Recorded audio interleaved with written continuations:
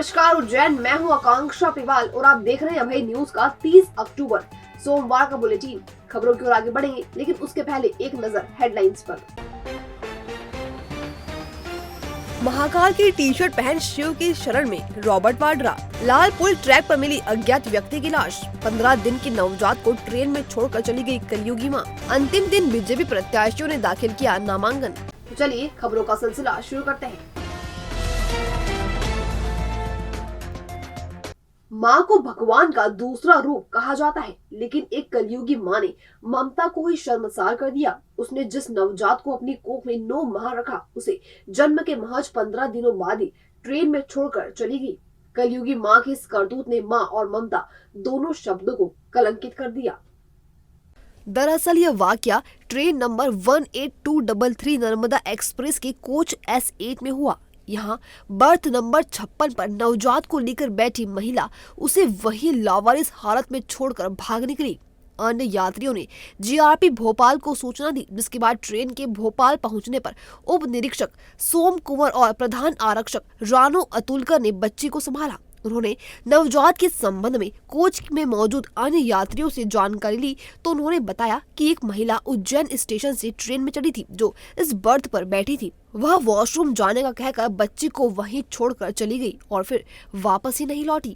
चूंकि महिला उज्जैन स्टेशन से ट्रेन में सवार हुई थी, इसलिए भोपाल जीआरपी ने 0 पर कायमी कर मामला उज्जैन जीआरपी को भेजा है। अब महिला की खोजबीन के लिए उज्जैन जीआरपी सीसीटीवी फुटेज खंगाल रही है। नीलगंगा थाना क्षेत्र अंतर्गत सोमवार को लाल पुल पर अज्ञात व्यक्ति की लाश मिली। उसके सिर पर चोट के निशान और पटरी पर भी खून के छींटे मिले हैं, जिससे प्रथम दृष्टया संभावना जताई जा रही है कि ट्रेन के चपेट में आने से उसकी मौत हुई है। दरअसल कैबिन क्रू को लालपुर पर लाश पड़ी होने की सूचना मिली थी, जिसके बाद उन्होंने जयसिंहपुरा में काम कर रहे ट्रैकमैन को सूचित किया। जब ट्रैकमैन अर्जुन माली मौके पर पहुंचे तो उस शख्स की सांसें चल रही थी, जिसके चलते उन्होंने 108 एम्बुलेंस को सूचना दी, लेकिन जब तक एम्बुलेंस वहां पहुंची तब तक उस व्यक्ति की मौत हो चुकी थी। इसके बाद नीलगंगा पुलिस को सूचना दी गई। मौके पर पहुंची पुलिस ने मृतक की शिनाख्ती के प्रयास किए, लेकिन पता नहीं चल सका। फिलहाल आसपास के क्षेत्र से उसके संबंध में जानकारी जुटाई जा रही है। बोले कि भैया लाल पुलिया का ने 29 नंबर ब्रिज लाल पुलिया पे बोला आदमी ने सुसाइड कर लिया, बोला आप उसको जाके टेक पे से हटाइए। हाँ, तो हम जब तक आए तो हमने इसको देखा तो ये बीच ट्रक के अंदर पड़ा हुआ था। जब तो हमने इसको जब हटाया, जब इसकी सांस चल रही थी, फिर हमने 108 नंबर वो आई एम्बुलेंस आई, उसको हमने एम्बुलेंस को देखा तो उन्होंने देखा जब तक ये मर गया था। हाँ, मर चुका था। अभी मृतक की तलाश लेने पे जेब में से आप कुछ नहीं मिला है इनके। अब अज्ञात है ये। अभी परिजनों की तलाश की जा रही है। आसपास जैसे जयसिंहपुरा या आसपास की कॉलोनियों में तलाश की जाएगी। ये सूचना रेलवे मुकेश जी के द्वारा, जो केबिन मैन हैं, उनके द्वारा दी गई। मर्ग कायम कर अब विवेचना में लिया गया।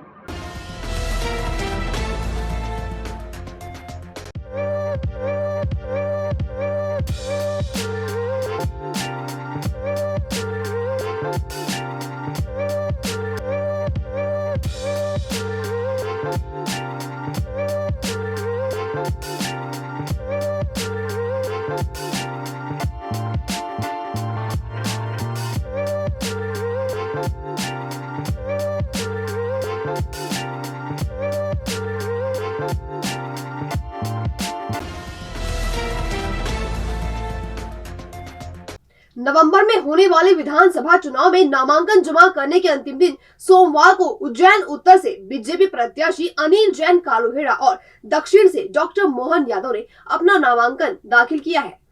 इस दौरान मीडिया से बात करते हुए अनिल जैन कालूहेड़ा ने कहा कि मुख्यमंत्री शिवराज सिंह चौहान और विधायक पारस जैन ने इतने काम किए हैं कि क्षेत्र में अब कोई मुद्दा बचा ही नहीं।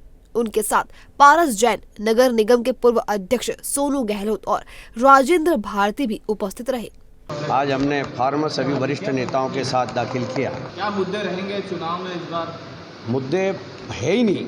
उज्जैन में इतने काम हुए हैं, इतने काम हुए हैं। आदरणीय पारस जी जैन साहब और मुख्यमंत्री जी के नेतृत्व में इतने काम हुए हैं, उन कामों को और आगे बढ़ाना और अच्छे अच्छे नए नए कामों को और आगे बढ़ाने का काम हम करेंगे। इधर डॉक्टर मोहन यादव भी नामांकन जमा करने के बाद मीडिया से रूबरू होते हुए जीत को लेकर आश्वस्त नजर आए। उन्होंने कहा कि जनता का आशीर्वाद जिस तरह से मिल रहा है, पुराने रिकॉर्ड तोड़ देंगे। हालांकि इस दौरान उन्होंने जनता को एक बार फिर सब्ज बाग दिखाते हुए शहर में डोमेस्टिक एयरपोर्ट बनाने, इंदौर मेट्रो का उज्जैन तक विस्तार करने जैसे मुद्दों का जिक्र छेड़ दिया। मुझे इस बात का संतोष भी है कि भारतीय जनता पार्टी ने जिस प्रकार से विकास के कामों का कारवा बढ़ाया है कि जनता लगातार एक तरह से उद्वेलित है। जनता हमारे साथ चल के खड़े होने को तैयार है।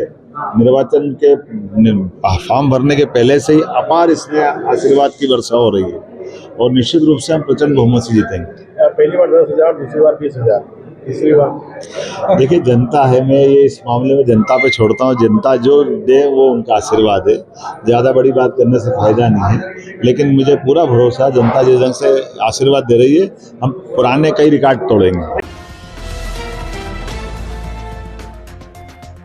कांग्रेस की राष्ट्रीय महासचिव प्रियंका गांधी के पति और बिजनेसमैन रॉबर्ट वाड्रा सोमवार को उज्जैन पहुंचे। सबसे पहले उन्होंने भगवान महाकाल के दर्शन किए। वे करीब 10 मिनट नंदी हॉल में रुके।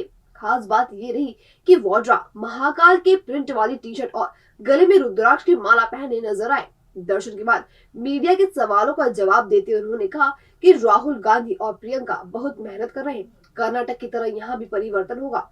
राम मंदिर के सवाल पर कहा कि उद्घाटन में मुझे बुलाएंगे तो जरूर आऊंगा। दरअसल रॉबर्ट वाड्रा धार्मिक यात्रा पर सोमवार को उज्जैन पहुंचे थे। यहाँ कांग्रेस कार्यकर्ताओं ने उनका स्वागत किया। सबसे पहले भगवान महाकाल के दर्शन कर उन्होंने देश में सुख समृद्धि के साथ रूस, यूक्रेन और इजराइल व फिलिस्तीन के बीच चल रहे युद्ध को लेकर शांति की प्रार्थना की। इसके बाद वे अंगारेश्वर महादेव मंदिर पहुंचे और यहाँ भी दर्शन किए। धार्मिक मेरा दौरा होता है देश भर में, तो अभी मैं महाराष्ट्र में था, सिद्धिविनायक गया हूँ। अब यहाँ मैं आया हूँ उज्जैन में और महाकाल यहाँ दर्शन हुए हैं।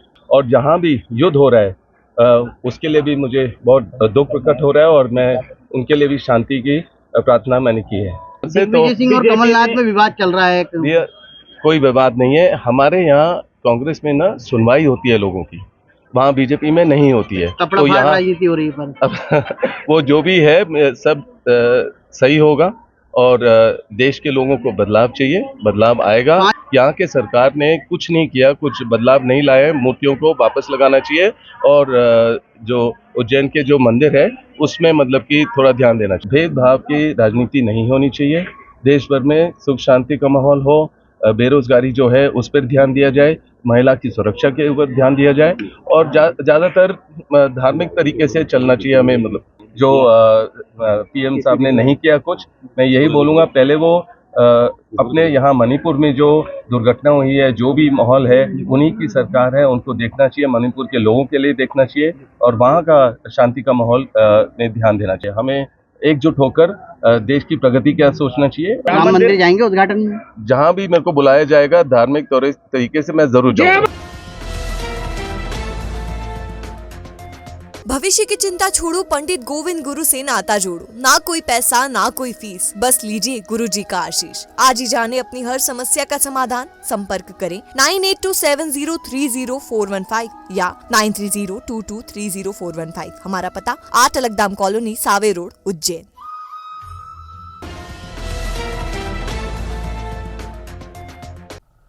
भारतीय जनता पार्टी के आला कमान और आरएसएस को पत्र लिखकर संतों के लिए टिकट की मांग करने वाले और टिकट नहीं मिलने पर चुनावी रण में निर्दलीय उतरने की घोषणा करने वाले शहर के एक भगवाधारी संत ने एन वक्त पर यू टर्न ले लिया।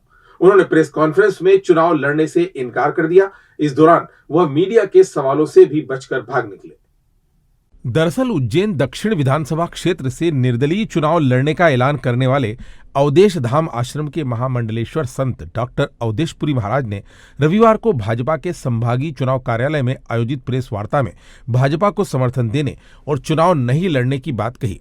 उन्होंने कहा कि मेरे चुनाव लड़ने से हिंदुत्व का विरोध करने वाली पार्टियों को फायदा मिलेगा, इसलिए मैंने चुनाव नहीं लड़ने का फैसला लिया है। जबकि 25 अक्टूबर को अपने ही आश्रम में प्रेस कॉन्फ्रेंस लेकर उन्होंने भाजपा सरकार पर कई सवाल उठाते हुए सिंहस्थ क्षेत्र में भूमाफियाओं द्वारा कॉलोनी काटने की बात कही थी। उस वक्त भी भूमाफियाओं का नाम पूछे जाने पर भी वह गोलमाल जवाब दे गए थे और रविवार को ही प्रेस वार्ता में भी अपने निर्णय से यू टर्न ले लिया। इस बीच मीडिया कर्मियों ने जब उन पर एक के बाद एक कई सवाल दागे तो संत अवधेशपुरी महाराज जवाब नहीं दे पाए और कॉन्फ्रेंस से उठकर चले गए। ये था अभय न्यूज का आज का बुलेटिन। अगर खबरों को लेकर आपके पास कोई फीडबैक हो या कोई अन्य जानकारी हो तो हम तक कमेंट सेक्शन या इनबॉक्स के जरिए जरूर पहुंच जाएं। फिर मुलाकात होगी नए बुलेटिन के साथ। तब तक के लिए नमस्कार।